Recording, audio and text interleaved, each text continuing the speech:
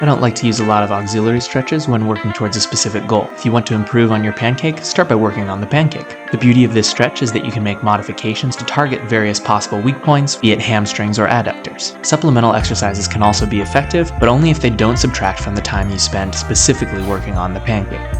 In this video, I'll demonstrate several variations of this stretch where we play with variables such as time, tempo, external loading, intensity, active contractions, antagonist contractions, use of momentum, oscillations, and deviations. I'm deliberately showcasing several examples that are all a bit different because this is how I personally find my stretching to be the most effective. I'm consistent with making time to do the work throughout the week, but whether I do short reps or longer holds, and the techniques I emphasize change each session.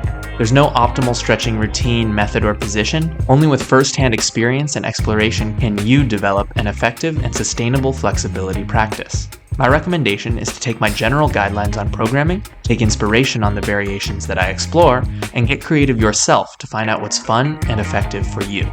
Your programming should be auto-regulated, meaning that you do more or less depending on how recovered you feel and how you're progressing over time. Generally though, I think most people could benefit from 2 to 5 sessions per week of 1 to 4 sets of stretching, accumulating a total deep stretch time of 45 seconds to 2 minutes over the whole session. I'd start with 2 times a week and slowly add volume from there. If you work up to a 7 or 8 out of 10 intensity feeling during the stretch, that should be enough stimulus and you probably won't want to do more than 2 minutes. As always with stretching, any sharp pain sensations are a signal to stop immediately and reduce the range of motion and volume next session until pain subsides. Stretching is inherently dangerous and it's common to overdo it once in a while. Pay attention to your body and you'll get better at finding the right intensity over time.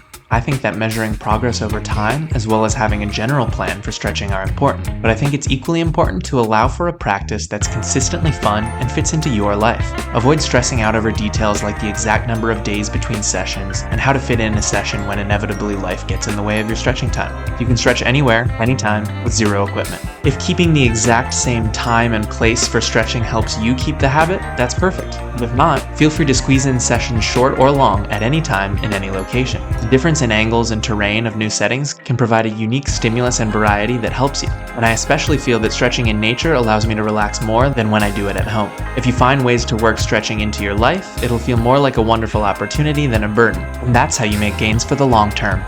So that does it for the framework. Now let's get into the physical methods. The general structure of this exercise is to actively pull yourself near your end range using the antagonist muscles, which bring you deeper into the stretch. Oscillate near your end range, going in and out of the end range for reps and brief holds, using strength, momentum, or external resistance. Then deviate from the strict position with slight twists of the hips and spine and bending and straightening of the knees in order to broaden the stimulus and allow yourself to find a bit more space and build comfort in positions similar to, but not identical to, the pancake position. For more info on the Activate, Oscillate, Deviate method, check out the second half of my front splits guide linked above.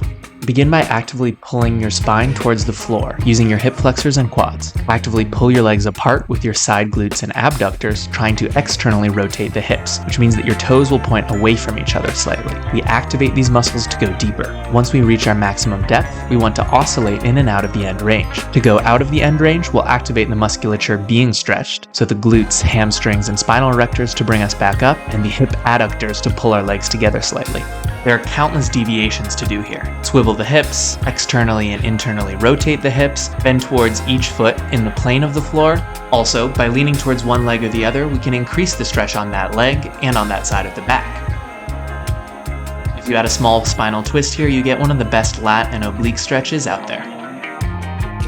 In order to track your progress over time, you can utilize a physical target to measure how deep you get in the stretch. For best results, try reaching your chest towards an object, decreasing the size of the object as you progress. You can apply external resistance to help bring you deeper. Pulling on something below or in front of you, or on your feet if you're able to reach them, works very well.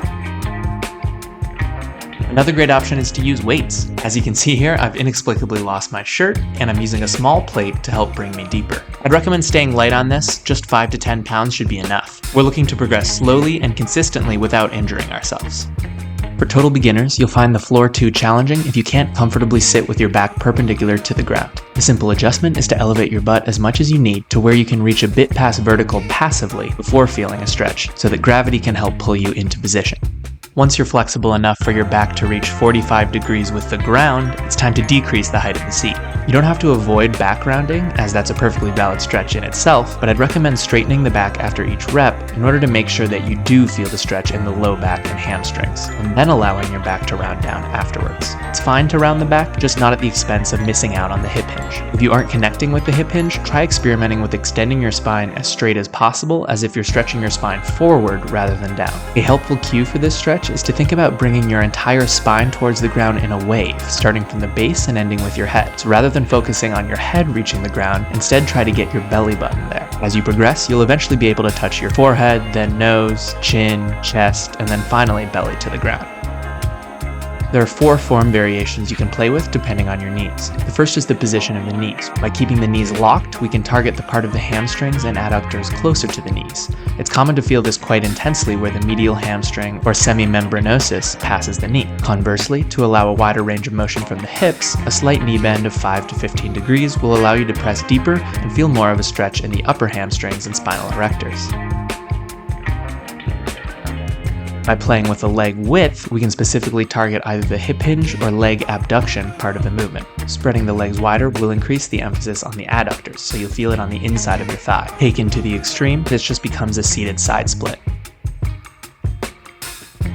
Leaving the legs closer together will resemble more of a pike or forward fold position, and thus target more of the posterior chain and the hip hinging motion. Depending on what you want to progress and where you feel the tightest, you can utilize these tweaks to target your weaknesses and break through barriers. Alright, enough chit chat. Now get out there and get stretching. Let me know if you have any questions and have a lovely day.